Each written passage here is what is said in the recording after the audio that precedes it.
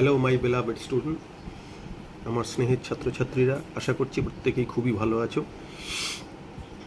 তো আমরা আজকে একটা খুব দারুণ ইম্পর্ট্যান্ট নেম রিয়াকশন নিয়ে ডিসকাশন করব। সবগুলোই খুবই ইম্পর্ট্যান্ট, তার মধ্যে আজকেরটা গুরুত্ব আগেরগুলোর মতোই অনেকটা বেশি। এবং এটা গুরুত্ব বেশি যে কারণে বলছি সেটা হচ্ছে এটা বোর্ডের পরীক্ষায় অ্যাজ ওয়েল অ্যাজ কম্পিটিটিভ পরীক্ষায় দুটোতে ইকুয়ালি ইম্পর্ট্যান্ট আর কি। তো সেই কারণের জন্য ভালো করে দেখো, ভালো করে শুনো, ভালো লাগবে ডেফিনেটলি। আগেরগুলো ভালো করে দেখেছো যারা দেখোনি, আগের নেম রিয়াকশানগুলো, আমাদের যে নেম রিয়াকশান সিরিজ চালু হয়েছে সেটা আশা করছি প্রত্যেককেই যথেষ্ট সাহায্য করছে। তো সেক্ষেত্রে প্রত্যেকেই ভালো করে দেখো। ইন শর্ট, একদম অপটিমাম ওয়েতে মেকানিজম সমেত এক একটা নেম রিয়াকশানের ইন্ডিভিজুয়াল ডিসকাশন চলছে অ্যালফাবেটিক্যাল অর্ডারে। নেম রিয়াকশান পড়া মানে অ্যাট এ স্ট্রেচ সবগুলো নেম রিয়াকশান পড়া মানে বেসিক্যালি পুরো অর্গানিক কেমিস্ট্রিটাকে আর একবার ঝালিয়ে নেওয়া। তো চলো আমরা সময় নষ্ট না করে, without wasting time, we are going to discuss new name reaction, very very important and very very interesting name reaction, that is benzylic acid rearrangement reaction. গল্পটাকে কি বলেছে শুনে নি। Addition of strong base to a carbonyl group, carbonyl গ্রুপের মধ্যে একটা strong base add করছি, কি result পাওয়া যাচ্ছে? Result in the formation of anion, প্রথমে একটা অ্যানায়ন তৈরি হবে, and the reversal of the anionic charge, তারপরেই অ্যানায়নিক যে চার্জটা মানে অ্যানায়নটা যেটা তৈরি হলো তার চার্জটা বাউন্স ব্যাক করবে, রিভার্স করবে, দিয়ে may cause expulsion of a attach group, একটা অ্যাটাচ গ্রুপ বেরিয়ে যাবে due to the reversal of that anionic charge. Okay, পরিষ্কার তো? দেখো তাহলে এটা দেখলে আরও ব্যাপারটা আরও পরিষ্কার হয়ে যাবে। এটা একটা কার্বনিল কম্পাউন্ড, এখানে একটা অ্যানায়ন কার্বনিল গ্রুপে অ্যাটাক করেছে, দেখো একটা নেগেটিভ চার্জ ফর্ম করেছে, ডেফিনেটলি এটা অ্যাটাক করলে এটা খুলে গেছে, খুলে গিয়ে ও মাইনাস হয়েছে, বাকি যা ছিল ওইটা এসে অ্যাটাচ হয়েছে, বাকি যা ছিল তাই। এবার দেখো এই যে নেগেটিভ চার্জ যেটা বলছে রিভার্সাল অফ অ্যানায়নিক চার্জ, এই অ্যানায়নিক চার্জটা পুশ ব্যাক করলো, পুশ ব্যাক করলে কাউকে একটা বেরিয়ে যেতে হবে। এই দেখো অ্যাটাচ গ্রুপ এক্স যেটা আমি ধরেছি এটা এখান থেকে বেরিয়ে গেল, এবার কে বেরোবে ইট ডিপেন্ড, যাই হোক বেরিয়ে গেলে দেখো আমি পেলাম COOH। This is the basic mechanism of the reaction, এটা বেসিক, আমি অরিজিনাল ভার্সনটা একটু বাদে দেখাচ্ছি, ঠিক আছে? তো এখানে একটা জিনিস খেয়াল রাখতে হবে, ইম্পর্টেন্ট যে জায়গাটা, যেটা বেসিক্যালি এই রিয়াকশানের মেন জায়গা, সেটা হচ্ছে ইফ উই হ্যাভ 1,2 ডাইকিটো কম্পাউন্ড, যদি আমার 1,2 ডাইকিটো কম্পাউন্ড থাকে তাহলে x group May migrate to the adjacent carbon, মানে এখানে যে একটা কার্বনিল গ্রুপ ছিল যার ফলে যে কোনো একটা গ্রুপকে অ্যাজ এ লিভিং গ্রুপ হিসেবে বেরিয়ে যেতে হচ্ছিল। কিন্তু যদি আমার ডাইকিটো কম্পাউন্ড থাকে সেক্ষেত্রে কিন্তু কোনো গ্রুপ বেরিয়ে যাবে না, একটা গ্রুপ একটা কার্বন থেকে মাইগ্রেট করে আরেকটা কার্বনে গিয়ে অ্যাটাচ হবে, মানে রিঅ্যারেঞ্জমেন্ট হবে, and that is why this reaction is known as benzilic acid rearrangement reaction. Basic ইকুয়েশনটা কি দেখো, বেসিক ইকুয়েশনটা দেখলে ব্যাপারটা তোমার কাছে আরও পরিষ্কার হবে তোমাদের কাছে। দেখো এই একটা কম্পাউন্ড নিয়েছি, পরিচিত নিশ্চয়ই এর সঙ্গে, যদি না পরিচিত থাকো তাহলে এর নাম হচ্ছে বেনজিল। কোথা থেকে পাওয়া যায়? বেনজালডিহাইডের মধ্যে প্রথমে KCN দিয়ে বেনজোইন কনডেনসেশন করতে হয়, যেখানে বেনজোইন তৈরি হয় C6H5 CHOH CO C6H5, এটা নয় কিন্তু, আমি যেটা বেনজোইন তৈরি হয় তার ফর্মুলা বলছি। C6H5 এই জায়গায় হবে CHOH CO C6H5, সেটা বেনজোইন। তাকে অক্সিডাইজ করলে এইখানে যেই যে বললাম CHOH সেকেন্ডারি অ্যালকোহলিক গ্রুপটা অক্সিডাইজ হয়ে যাবে, সেকেন্ডারি অ্যালকোহলিক গ্রুপ অক্সিডাইজ হলে আমরা প্রত্যেকেই জানি কিটোন তৈরি হয়, তাহলে কিটোন তৈরি হবে, তাহলে হবে তখন C6H5CO, এটা তো COC6H5 ছিলই। This is the compound which is known as benzil obtain from benzoin via oxidation. Okay, এবার এর মধ্যে যদি বেস দিই তাহলে বেনজোইল যেটা ছিল সেটা বেনজিলিক অ্যাসিড রিঅ্যারেঞ্জমেন্ট রিয়াকশন হয়ে এই কম্পাউন্ডটা তৈরি করবে, যার বেসিক নাম হচ্ছে বেনজিলিক অ্যাসিড। অ্যাকচুয়ালি এখানে আমি যেহেতু NaOH দিয়েছিলাম, একটা সল্ট তৈরি হবে, দেখো সল্টটা তৈরি হয়েছে, ঠিক আছে? তো এখানে কি বলেছে আর একটা কথা খেয়াল রাখবে যে barium or thallous hydroxide are more effective reagent than NaOH। NaOH-এর জায়গায় যদি বেরিয়াম অথবা থ্যালাস হাইড্রোক্সাইড ইউজ করা হয় তাহলে কিন্তু those are more effective reagent in comparison to NaOH, because NaOH is a strong base. That's why আমরা জানি বেসিক্যালি অর্গানিকে higher the reactivity of the reagent lower will be the selectivity. তো সেই কারণের জন্য বেরিয়াম হাইড্রোক্সাইড বা thallous hydroxide is more effective than NaOH। Okay, চলো এবার মেকানিজমটা দেখি। দেখো mechanism, it's a beautiful mechanism. Again rearrangement reaction. আমরা লাস্ট কয়েকটা রিয়াকশন রিঅ্যারেঞ্জমেন্টই পড়ছি। বেকম্যান রিঅ্যারেঞ্জমেন্ট পড়েছি, তার আগে বেনজিলিক অ্যাসিড রিঅ্যারেঞ্জমেন্ট পড়েছি, আজকে বেনজিলিক অ্যাসিড রিঅ্যারেঞ্জমেন্ট পড়েছি, আগে বেকম্যান রিঅ্যারেঞ্জমেন্ট পড়েছি, তার আগে বায়ার ভিলিজার রিঅ্যারেঞ্জমেন্ট রিয়াকশন পড়েছি। তো বেকম্যানটা দেখো, এই বেনজিলিক অ্যাসিডটা দেখো ভালো করে, বেকম্যানটা আগে দেখেছো কি হয়েছে দেখো। এই বেনজিল নিয়েছিলাম যেরকম আগে, এটার নাম বেনজিল, এর মধ্যে নিউক্লিওফিলিক অ্যাটাক হয়েছে কার্বনিল কার্বনে, এটা খুলে গেছে, খুলে গেলে দেখো তৈরি হচ্ছে C6H5CO, ঠিক আছে, এটা ও হয়ে যাবে, দেখো মাইনাস হয়ে গেছে, আর ওইচটা এসে ঢুকেছে, C6H5 যেরকম ছিল, তাহলে তৈরি হয়েছে এদিকটা যা ছিল তাই C6H5CO, এই কার্বনটায় এটা খুলে গিয়ে ও মাইনাস এসে ঢুকেছে ওইচ, পাশে ছিল C6H5।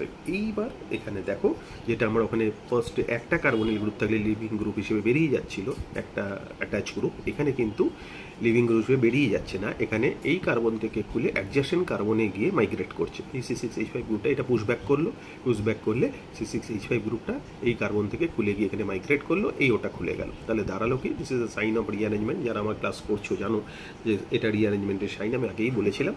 তাহলে তৈরি হলো কি, C6H5, এই সিটা খুলে গিয়ে ও মাইনাস, অ্যাটাচ হয়েছে নতুন এসে C6H5, পাশের কার্বনটায় C, এটা পুশব্যাক করে ডবল বন্ডও হয়ে গেছে, আর পাশে তো ওই ছিলই, ঠিক আছে। এই কম্পাউন্ডটা তৈরি হলো। এটা এবার দেখো এখানে একটা নেগেটিভ চার্জ আছে, আর এটা carboxylic acid group, definitely proton transfer করবে, এখানে প্রোটন ট্রান্সফার করে দিল, তাহলে C6H5 COH C6H5, আর এটা যেহেতু প্রোটন ট্রান্সফার করে দিয়েছে তাহলে এটা CO মাইনাস হয়ে গেল, বাকিটা তো C ডবল বন্ড ও ছিল। এবার যদি NaOH ইউজ করো তাহলে যেটা আগে তোমাকে আমি দেখালাম, এটা ONA হয়ে যাবে, ঠিক আছে, বেসিক জায়গাটা এটা। এবার আমি তোমাকে আগেও বলেছিলাম যে এখানে দুটো ক্রুশিয়াল জায়গা, এক হচ্ছে এই যে OH মাইনাসটা যেটা বেসটা অ্যাটাক করছে, নিউক্লিওফিলিক অ্যাটাক ইলেকট্রোফিলিক কার্বনে হচ্ছে, কোন কার্বনে হবে? যদি এদিকটা দুটোই সিমেট্রিক্যাল ছিল সেক্ষেত্রে যে কোনো একটা দিকে অ্যাটাক হতে পারে, কিন্তু যদি আনসিমেট্রিক্যাল ডাইকিটো কম্পাউন্ড হয় সেক্ষেত্রে সেই কার্বনিল কার্বনে গিয়েই অ্যাটাক হবে যেটা মোর ইলেকট্রোফিলিক, কারণ OH মাইনাস নিউক্লিওফাইল হিসেবে কিন্তু অ্যাটাক করছে। চলো এরকম একটা এক্সাম্পল দেখি, তাহলে কনসেপ্টটা আরও বেশি ডেপথে ঢুকবে। এরকম একটা কম্পাউন্ড নিচে দেখো, ইট ইজ অলসো ডাইকিটো কম্পাউন্ড। এবার দুটো কার্বনিল গ্রুপ আছে, আনসিমেট্রিক্যাল ডাইকিটো কম্পাউন্ড কিন্তু। তাহলে প্রশ্ন হচ্ছে কোন কার্বনিল কার্বনে অ্যাটাক করবে, যেটা মোর ইলেকট্রোফিলিক, কোনটা মোর ইলেকট্রোফিলিক? আমি যদি দুটো গ্রুপকে কার্বনিল কার্বনের সাথে অ্যাটাচ যে দুটো গ্রুপ দুপাশে আছে সেটাকে দেখি, তাহলে দেখা যাচ্ছে এই গ্রুপটার plus I effect, positive inductive effect বেশি, এবং যার দরুন এই কার্বনটার ইলেকট্রোফিলিসিটি কমিয়ে দিচ্ছে। যেহেতু দুটোই বেনজিন রিং আছে, কিন্তু এটাতে একটা মিথাইল গ্রুপ আছে যার পজিটিভ ইন্ডাকটিভ এফেক্ট আছে, যে কারণের জন্য এই পুরো গ্রুপটা এই কার্বনিল কার্বনে ইলেকট্রোফিলিসিটি কিন্তু কমিয়ে দিচ্ছে, মানে এটা লেস ইলেকট্রোফিলিক হয়ে গেছে। কিন্তু এই কার্বনটায় বেনজিন আছে ঠিকই, কিন্তু অন্য কোনো পজিটিভ ইন্ডাকটিভ এফেক্ট গ্রুপ নেই, তাহলে এই কার্বনটা ইলেকট্রোফিলিসিটি এর তুলনায় বেশি। যেহেতু এই কার্বনটার ইলেকট্রোফিলিসিটি বেশি, আমি একটু আগেই বললাম OH মাইনাস যেটা বেস অ্যাটাক করছে, কোথায় অ্যাটাক করব, যেটা কোন জায়গাটা অ্যাটাক করবে, যে কার্বনটা বেশি ইলেকট্রোফিলিক। তাহলে এই দুটোর মধ্যে এই কার্বনটা বেশি ইলেকট্রোফিলিক, এটা লেস ইলেকট্রোফিলিক, সুতরাং অ্যাটাক এখানে হবে। এখানে অ্যাটাক হলে এটা খুলে গিয়ে O মাইনাস হবে ডেফিনেটলি, আর OH এসে ঢুকেছে, এই O মাইনাসটা পুশব্যাক করলে এই বেনজিন রিংটা এখান থেকে খুলে গিয়ে এইখানে মাইগ্রেট করবে, এই ওটা খুলে যাবে। তাহলে এখানে দাঁড়ালো কি, ভালো করে লক্ষ্য করে দেখো, এটা যেরকম ছিল এই ওটা খুলে গিয়ে O মাইনাস ছিল, প্রোটন ট্রান্সফার আগের মতো হয়ে এটা OH হয়ে গেল, বেনজিনটা মাইগ্রেট হয়ে এসেছে এখানে, আর পাশের কার্বনটা COOH হয়ে যাবে যদি অ্যাসিডিফিকেশন তারপর করি। তাহলে NaOH হলে এটা সোডিয়াম সল্ট হবে, অবভিয়াসলি বুঝতেই পারছো, ঠিক আছে। এই জায়গাটা কিন্তু খুব ক্রুশিয়াল জায়গা, খেয়াল রাখবে যে আগের এক্সাম্পলে সিমেট্রিক্যাল ডাইকিটো কম্পাউন্ড ছিল, সেক্ষেত্রে যে কোনো একটা কার্বনিল কার্বনে নিউক্লিওফিলিক অ্যাটাক হচ্ছিল। যদি আনসিমেট্রিক্যাল হয় সেক্ষেত্রে এই জায়গাটা খুব ক্রুশিয়াল, যে কোন কার্বনিল কার্বনে অ্যাটাক করবে, যে কার্বনিল কার্বনটা বেশি ইলেকট্রোফিলিক, ডিপেন্ড করছে কার ওপর, অ্যাটাচ গ্রুপের ওপরে, ঠিক আছে। এবার আসি সাইক্লিক ডাইকিটো কম্পাউন্ড যদি হয়, সাইক্লিক ডাইকিটো কম্পাউন্ড হলে কিন্তু রিং কন্ট্রাকশন হবে। এদিকটা দুদিকটাই সিমেট্রিক্যাল, যে কোনো একটা কার্বনিল কার্বন অ্যাটাক করলো, খুলে গেল, O মাইনাসটা যখন পুশ ব্যাক করছে তখন এই 6 মেম্বার রিংটার এই বন্ডটা খুলে গিয়ে এইখানে অ্যাটাচ হবে, এই ওটা খুলে যাবে, তখন এটা OH হয়ে যাবে। তো সেই জায়গায় ভালো করে লক্ষ্য করে দেখবে, যদি সাইক্লিক ডাইকিটো কম্পাউন্ড হয় কিন্তু রিং কন্ট্রাকশন হবে, তাহলে এটা 6 মেম্বার রিং ছিল, এটা কিন্তু 5 মেম্বার রিং হয়ে গেছে, এবং বাকি OH আর COOH যেরকম আগে আসছিল অ্যাজ ইউজুয়াল এখানে সেরকমই আসবে। ওকে, আর একটা সাইক্লিক কম্পাউন্ডের এক্সাম্পল দেখাচ্ছি। These are very very crucial example, যেগুলো র্যান্ডামলি পরীক্ষায় আসে, ভালো করে দেখো। এটাও একটা সাইক্লিক ডাইকিটো কম্পাউন্ড, এর নাম ফেনান্থ্রাকুইনোন, এর মধ্যে ওই একই গল্প করেছি। তাহলে OH মাইনাসটা যে কোনো দুদিকটা সিমেট্রিক্যাল, যে কোনো একটা কার্বনিল কার্বন অ্যাটাক করবে, খুলবে, যখন ওটা পুশব্যাক করবে তখন ওটা এখান থেকে রিং কনট্রাকশন হয়ে গিয়ে এখানে খুলে যাবে। তার মানে এই 6 মেম্বার রিংটা 5 মেম্বার রিং হয়ে যাবে এবং বাকি OH এবং CW যেটা ছিল সেটা হবে। ওকে, আর লাস্টেরটা যেটা, সেটা হচ্ছে যে আরেকটা কম্পাউন্ড নিয়েছি, ডাইকিটো কম্পাউন্ড। এটা সাইক্লিক নয় কিন্তু, it is not a cyclic compound, নাম ফিউরিল। এটা ডাইকিটো কম্পাউন্ড, দুদিকে দুটো ফিউরান রিং অ্যাটাচ আছে। এবার এর মধ্যে আমি নিউক্লিওফিলিক অ্যাটাক করেছি OH মাইনাস দিয়ে। OH মাইনাসটা সেই কার্বনিল কার্বনে নিউক্লিওফিলিক অ্যাটাক করবে, যেটা মোর ইলেকট্রোফিলিক। এটা তো দুদিকটাই সিমেট্রিক্যাল, সেক্ষেত্রে আমি যেদিকে খুশি অ্যাটাক করাতে পারি। যে কোনো একটা কার্বনিল কার্বনে অ্যাটাক করলো, ওটা খুলে গেল, O মাইনাস হলো, এটা OH হলো।